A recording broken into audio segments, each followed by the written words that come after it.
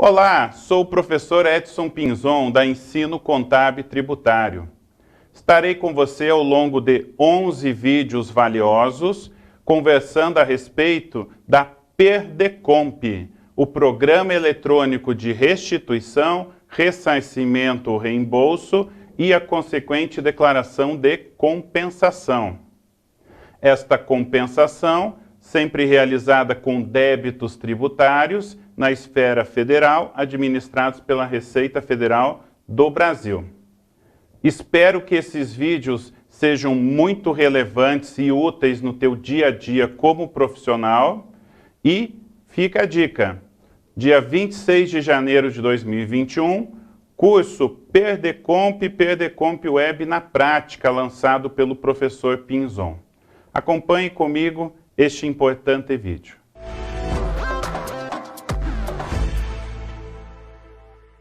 Neste vídeo conversaremos a respeito da ficha dados iniciais da DCTF mensal, a DCTF PGD. É bastante comum nos grupos de WhatsApp, agora estou concentrando em um único grupo do Telegram, fica o convite, inclusive, se você desejar participar. É muito comum, né, nos grupos ou mesmo nos cursos presenciais, algumas questões ou dúvidas envolvendo o correto preenchimento ou habilitação de informações aqui no âmbito da DCTF mensal. São muitas as opções a serem assinaladas, selecionadas, portanto o objetivo deste vídeo é passar cada uma delas e te dar a devida importância para que você não cometa mais erros. Peguei aqui uma sequência inicial da ficha dados iniciais, período, declaração retificadora e situação. Primeiro, data inicial. Veja que aquela lacuna ela fica em aberto para edição. No mês de abertura da pessoa jurídica, deverá ser informada a data inicial, conforme o campo data de abertura que consta lá no teu CNPJ. Em regra, é a data em que foi efetuado o registro na junta comercial, cartório ou OAB. Perfeito? Então fique atento. Não erre aqui. É o primeiro mês de atividade da empresa, primeiro mês após ela ter sido aberta, portanto, coloque aqui como data inicial a mesma data que está lá no cartão do CNPJ. Situação. Bom, aqui eu entrei num caso de situação normal, que é o mais comum. Mas, enquanto estávamos criando o documento, o novo documento da DCTF, lá ele pergunta se é relativo a um evento especial. Evento especial, leia-se fusão, cisão, incorporação e extinção, ou seja, encerramento da pessoa jurídica. Na ocorrência de um evento especial, extinção, por exemplo, a data final do intervalo é que estará passível de edição. Se extinção, a data final deve ser a do registro do ato de extinção no órgão competente. Então, veja, no mês de abertura também é a data do registro no órgão e que se encontra facilmente lá no teu cartão do CNPJ. E aqui é o contrário. Aqui agora na extinção também a data, mas a data em que houve o registro formal desta extinção, do distrato social. Declaração retificadora. Assinale esse checkbox apenas se for declaração retificadora. E sendo retificadora, informar o número do recibo da última DCTF transmitida para este mesmo CNPJ em mês/ano, mesmo que a última também já tenha sido uma retificadora.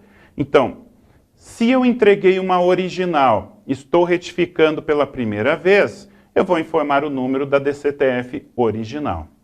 Agora, se eu já estou retificando pela segunda vez, eu vou colocar o número do recibo da DCTF retificadora, da primeira retificadora. Veja que o número do recibo da original ficou para trás.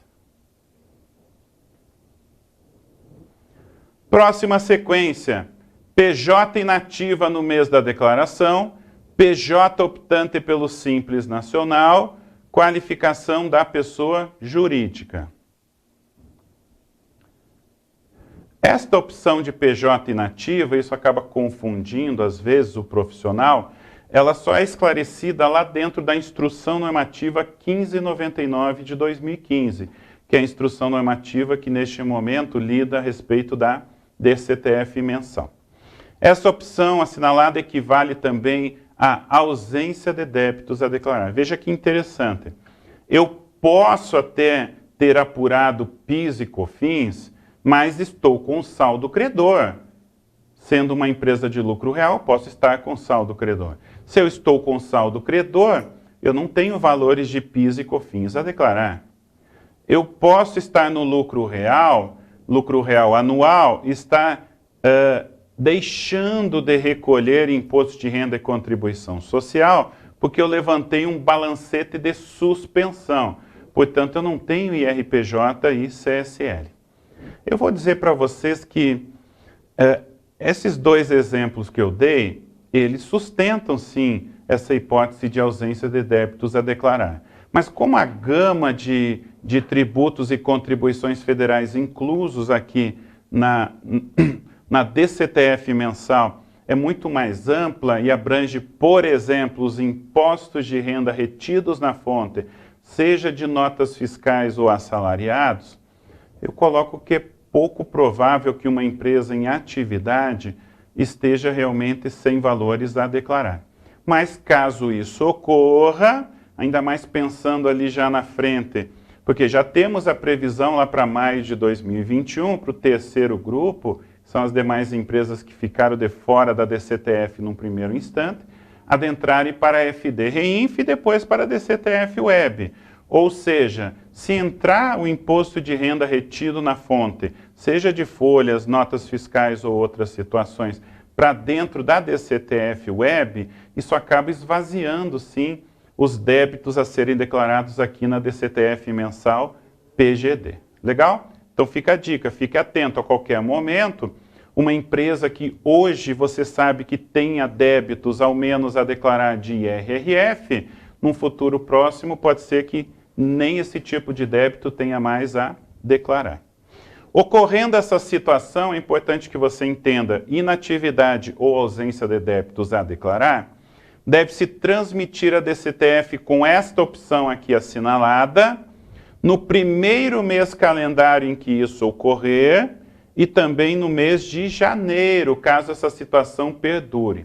Então veja, se a previsão é que eu fique sem débitos a declarar na DCTF mensal PGD ao longo de todo o ano calendário, eu vou transmitir a da competência janeiro com essa opção assinalada. Isso já me protege, já me blinda até o mês de dezembro. Se por acaso no mês de julho eu tive movimento, no mês de agosto eu voltar a ficar sem movimento, no mês de agosto eu transmitirei novamente uma DCTF com essa opção assinalada e depois, se até o final do ano foi novamente sem débitos a declarar, em janeiro do ano seguinte eu refaço o procedimento.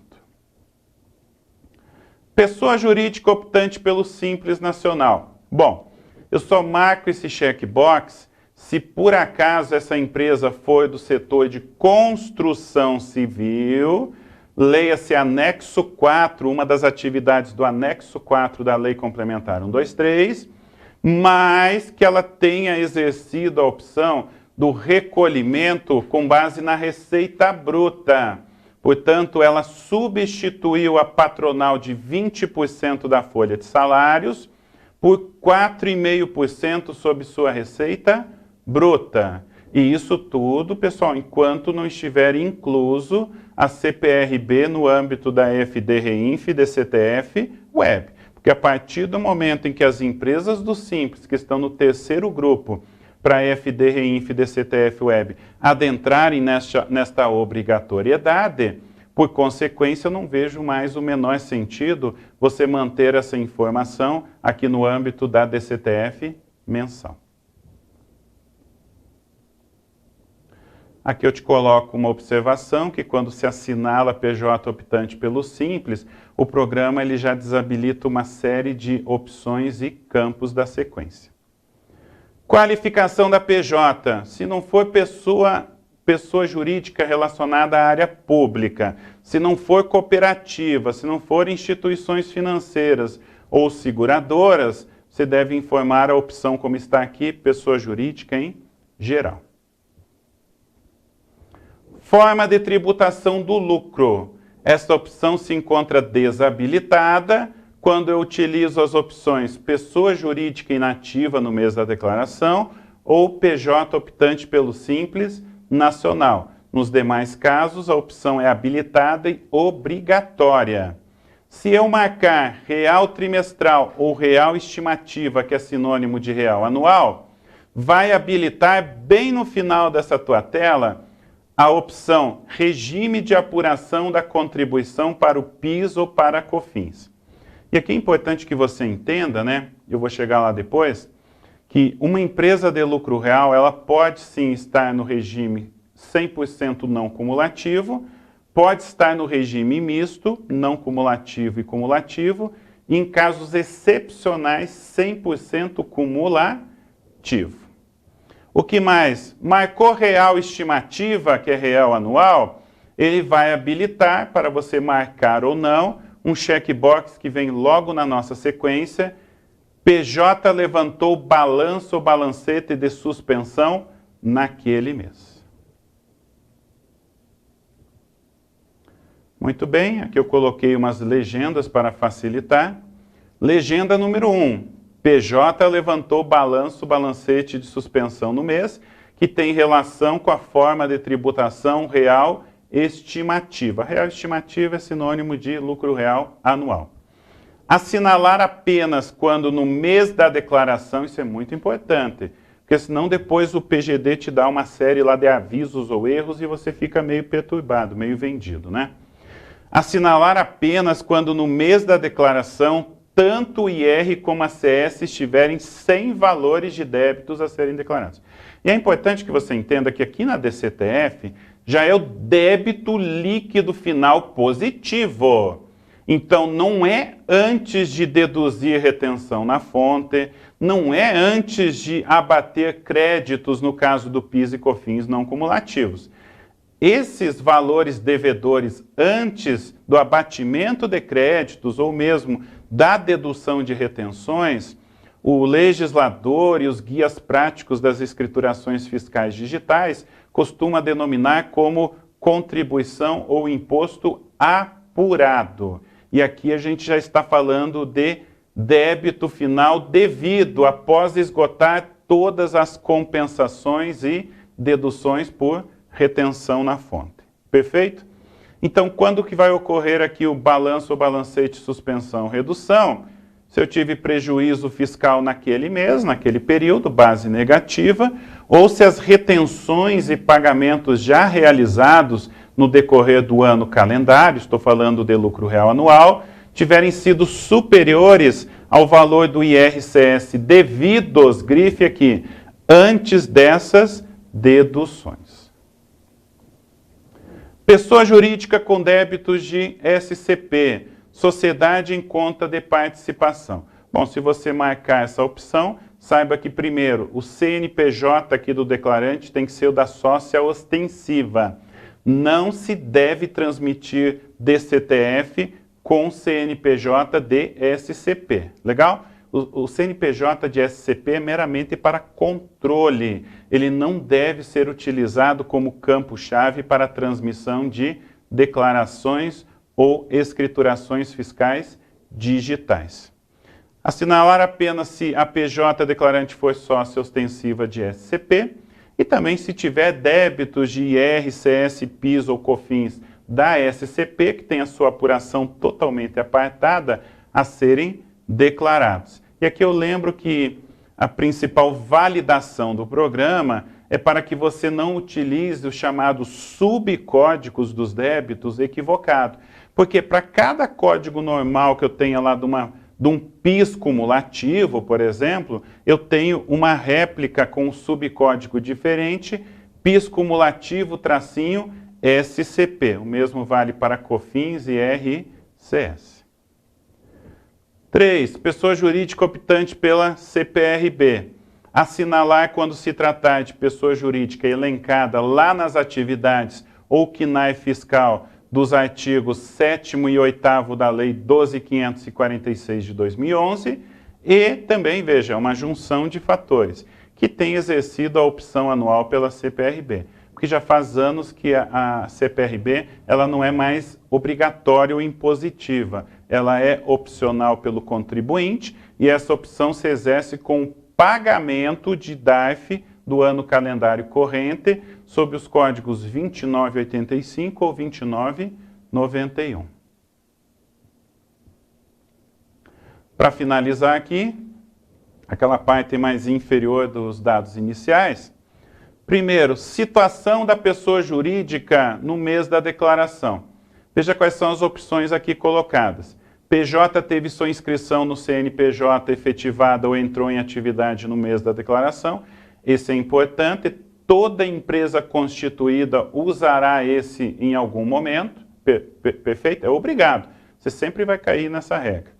Pessoa jurídica foi excluída do Simples no mês da declaração. Bom, você estava no Simples, estava enviando só aqueles débitos da CPRB, caso a tua atividade seja de construção civil e tenha exercido a opção pela desoneração, mas aí a pessoa jurídica foi excluída do Simples. Aí você vai ter que colocar essa informação, porque agora você está sujeito a uma gama de diferentes opções e informações a serem inclusas na DCTF. Inclusive o regime de tributação agora não vai mais ficar omisso. Você vai ter que selecionar se entrou nesse restante do ano calendário no presumido ou no real trimestral ou real estimativa. E o último ali que é o mais popular, o mais comum, pessoa jurídica não se enquadra em nenhuma das situações anteriores neste mês declarado. Aqui essa opção do mês está desabilitada desde 2015, portanto não tem muito que se preocupar com ela. E esta última é terrível. E como tem gente que erra. Já andaram levando um susto alguns anos atrás que a Receita Federal solicitou que diversos contribuintes retificassem as suas DCTFs. Mas eu noto isso nos grupos de WhatsApp e Telegram, noto também nas turmas presenciais, que muitos profissionais ainda não sabem fazer a correta escolha. Então vamos entender aqui. Os 3 primeiros critérios que aparecem ali para você, só na DCTF de janeiro, só no mês de janeiro. Regime de caixa, competência e não se aplica. Nos demais meses, de fevereiro a dezembro, aparece regime de caixa, elevada oscilação da taxa de câmbio. Veja, tem que haver um motivo, esse motivo está manifestado em lei, decreto, norma, para que eu possa voltar atrás no tempo e sair do regime de competência para o de caixa. Veja que não tem opção para trocar de caixa para competência. É só o arrependimento, é só de competência para caixa. Então vamos acompanhar aqui, no balão aqui à tua esquerda, o padrão pela legislação tributária vigente, isso já desde lá o final dos anos 90, regime de caixa, isso mesmo, isso não é novidade, meu povo. As variações cambiais, tanto ativas quanto passivas, o padrão para fins de tributação, sendo que as passivas só acabam influenciando para o lucro real, regime de caixa. A pessoa jurídica poderá optar pelo regime de competência, e ela faz isso usualmente na DCTF da competência janeiro, ou a norma coloca também que se você sair de um período, às vezes um longo período de inatividade ou ausência de débitos a declarar, você pode refazer essa opção a partir do momento em que reiniciar o teu período de atividades. Caso se arrependa, poderá alterar para o regime de caixa na DCTF do mês seguinte em que houver a chamada elevada oscilação da taxa de câmbio. Ficou decretado que é quando a variação da taxa do dólar for superior a 10% entre o início e o fim do mês calendário. Perfeito? mas isso você vai diagnosticar facilmente porque a própria Receita Federal ela acaba publicando essa informação. Legal? Então, a taxa do dólar comercial oscilou mais de 10%, então é elevada a oscilação da taxa de câmbio. Nos meses de fevereiro a dezembro, se não houver alteração ou arrependimento de competência para a Caixa e justificada por elevada oscilação da taxa de câmbio, aí eu devo marcar para estes meses a opção sem alteração do regime. Então, qual é o padrão? O padrão é assim. Comecei o ano janeiro e sacramentei Caixa. Exemplo, fevereiro a dezembro, se eu não me arrepender, porque não tenho que se arrepender. Caixa não pode trocar para competência, entendeu? Caixa não pode mudar para competência.